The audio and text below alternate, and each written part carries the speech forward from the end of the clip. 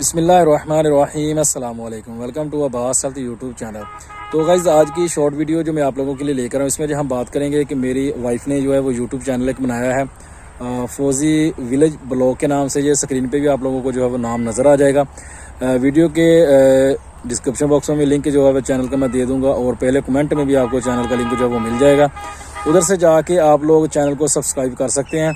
तो आप लोगों को भी सोचोगे कि आप लोग चैनल को सब्सक्राइब क्यों करें, आपको उसमें ऐसा क्या मिलेगा। उसमें ख़ास तो नहीं है, ब्लॉग चैनल है, क्योंकि मैं गांव में रहता हूं तो गांव की वीडियो वगैरह आपको देखने को मिल जाएगी। तो और नए नए यानी कि जो खाने वगैरह बनाता है बंदा घर में, कुकिंग करता है, तो उसकी वीडियो आप लोगों को मिल जाएगी देखने में। तो बस यही चीज़ें छोटी मोटी होती हैं, घर में कोई छोटा मोटा काम है उसकी वीडियो आप लोगों को देखने को मिल जाएगी। तो इसी के ऊपर यानी कि चैनल बना हुआ है, तो आप लोग उसको सब्सक्राइब करें और गाँव की जो लाइफ है उसको इंजॉय करें, देखें। तो बस यही आप लोगों से साथ आज मैंने बात जो शेयर करनी थी।